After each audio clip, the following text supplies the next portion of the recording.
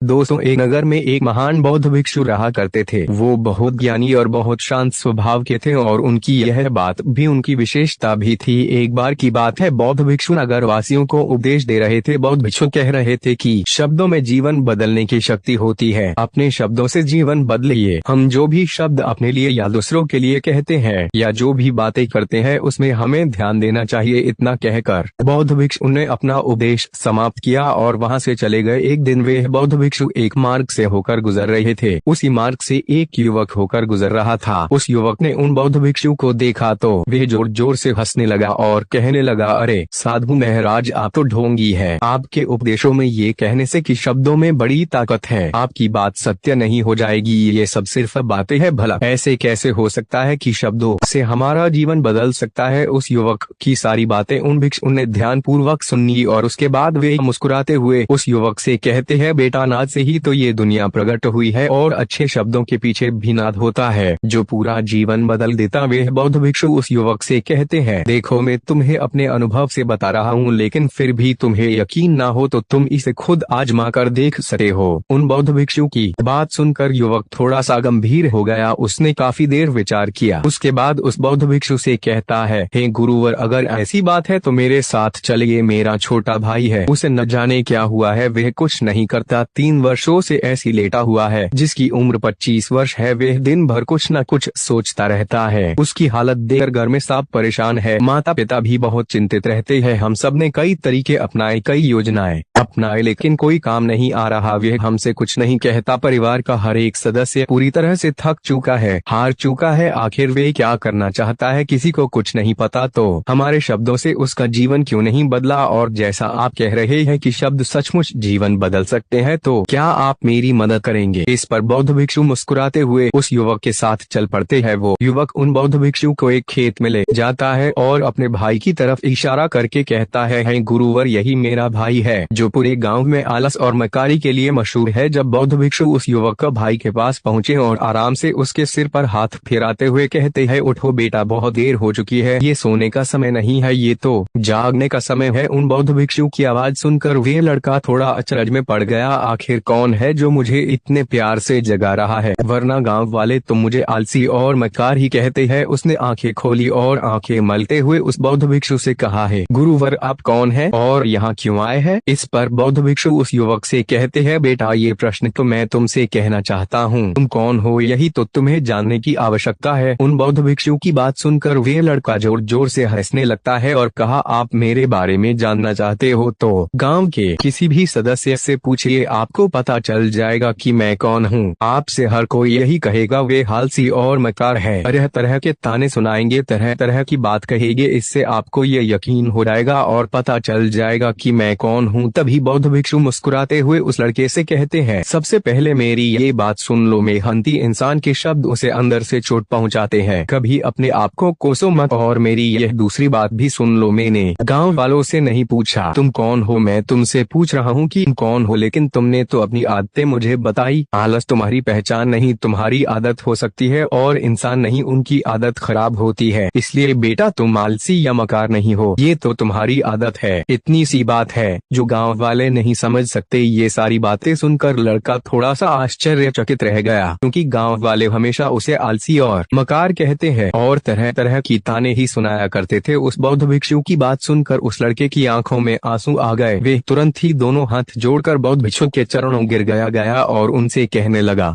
आप सत्य कहते हैं, ये मेरी आदत ही, मैं इससे बहुत परेशान हूँ। मेरी लाख कोशिश के बाद भी मैं इसे बदल नहीं पा रहा हूँ। कुछ भी कार्य करने की कोशिश करता तो मेरा ध्यान इधर उधर की बात सोचने में लग जाता और मैं परेशान हो जाता हूँ और इस दर्द को दूर करने के लिए सो जाता हूँ। इन आदतों को बदल नहीं पा रहा हूँ। जब भी मैं किताब पढ़ने की कोशिश करता हूँ तो मुझे नींद आने लगती है। मन में एक अजीब सा दर्द होने लगता है। ऐसा लगता है कि मेरा जीवन यूं ही व्यर्थ जा रहा है। और जब मैं इस दर्द को बर्दाश्त नहीं कर पाता तो मैं सो जाता हूँ, ताकि जब मैं उठूं तो दर्द महसूस ना हो। और अब यह भी यकीन हो चुका है कि मैं इन आदतों से नहीं निकल सकता। ये आदतें मुझे नहीं छोड़ने वाली। इस पर बौद्ध भिक्षु उस लड़के से कहते हैं, बेटा, यदि तुम इस आलस की आदत को छोड़ना चाहते हो तो मैं तुम्हें एक सही उपाय बता सकता हूँ, लेकिन उसके लिए कल सुबह तुम मुझसे आके मिलना, तभी मैं तुम्हें यह तरीका बताऊंगा। इतना कहकर बौद्ध भिक्षु वहां से चले गए। बौद्ध भिक्षु की सारी बातें उस लड़के की कानों में गूंज रहे थे।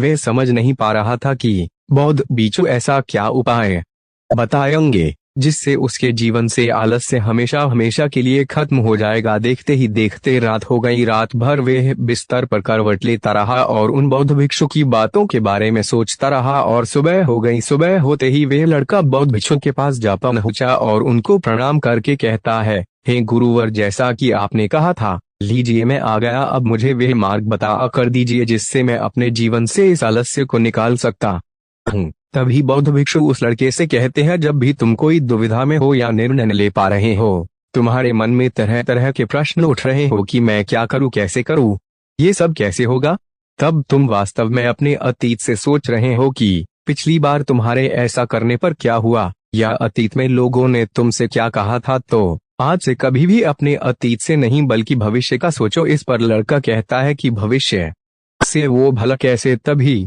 बौद्ध भिक्षु उस लड़के से कहते हैं, मान लो तुम्हारे पास किसी चीज की कमी नहीं है, तुम्हारे पास वो सारी सुख सुविधा है जो तुम चाहते हो, तो अब बताओ तुम अपना जीवन कैसे व्यतीत करना चाहोगे।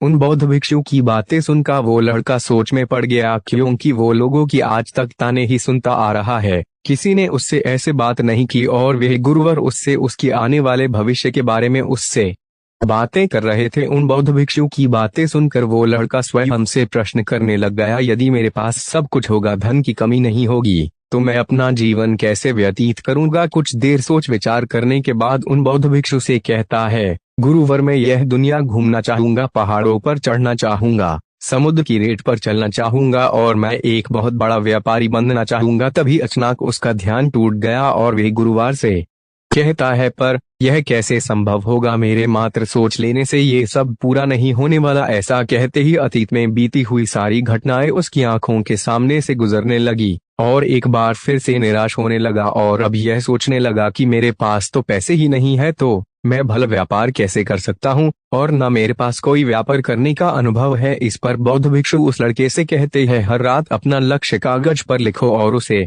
अगली सुबह पूरा करने की पूरी कोशिश करो। जो भी कार्य तुमने लिखा हो उसे उसी दिन पूरा करने की हर मुमकिन कोशिश करो। इस पर लड़का कहता है, ठीक है, आप सही कह रहे हैं, लेकिन जब मैं सोचने लगता हूँ तो बहुत बेचैन हो जाता हूँ। तरह तरह की विचार मन में उठने लगते हैं और विचारों को शांत करने के लिए मैं सो जाता हूँ ताकि वो विचार मुझे परेशान न करे। इस समस्या का समाधान करते हुए वो बौद्ध भिक्षु उस लड़के से कहते हैं, बेटा, अंतर्मन की चाल को पकड़ो और शब्दों की मदद से नया भविष्य बनाओ। इस पर वे लड़का कहता है, ये कैसे संभव होगा। तो गुरुवर मुस्कुराते हुए कहते हैं, कैसे होगा, जो ये सवाल है यह सवाल नहीं, एक डर है जो तुम्हें अगला कदम लेने से रोक रहा है। तुमने देखा होगा, जैसे ही हम अपने अंतर्मन को दोष देते हैं, बुरे शब्द कहते हैं, तो वह अंतर्मन में जाकर बैठ जाता है। जैसा हम पूरी भावना के साथ सोचते हैं वैसा ही हम बनते चले जाते हैं। तो तुम अपने मन को नए संदेश दो कि मैं अपने कमजोरी को दूर करता हूँ, चिंता को ध्यान में बदलता हूँ, मैं उत्साह और ऊर्जा से भरा हुआ हूँ, लगातार अपने लक्ष्य को पूरा कर रहा हूँ। तो तुम दृढ़ निश्चय से किसी कार्य को करोगे तो वह अवश्य पूरा होगा। इतना कहकर बौद्ध भिक्षु ने कहा, अभी तो इस गांव से जा रहा हूँ, बाद में आके तुमसे मिलता हूँ। ऐसा कहकर वे वहां से चला जाता है। इस पर वे लड़का कहता है कि आप सही कह रहे हैं गुरुवर, अब मैं अपने सारे काम दृढ़ निश्चय से पूरा करने की कोशिश करूंगा। ऐसा कहकर वे लड़का वहां से चला गया और उसके बाद वे बाजार जाके लोगों को ध्यान से देखने लगता। वे सभी लोग क्या काम कर रहे हैं, कौन सा सामान लोग ज्यादा खरीद रहे हैं। वे लड़का रोज बाजार आता और लोगों ध्यान से देखने लगता, व्यापार के सभी क्रियाकलाप को समझने की कोशिश करता और फिर वो एक दिन बड़े व्यापारी के यहाँ काम करने लगता है और धीरे धीरे मसाले के व्यापार की पूरी जानकारी लेने के बाद वह लड़का एक बहुत बड़ा व्यापारी बन जाता है। इस प्रकार दोस्तों, सही शब्दों का प्रयोग करके दृढ़ निश्चय से हम अपने जीवन में परिवर्तन ला सकते हैं और अपने लक्ष्यों को प्राप्त कर सकते हैं।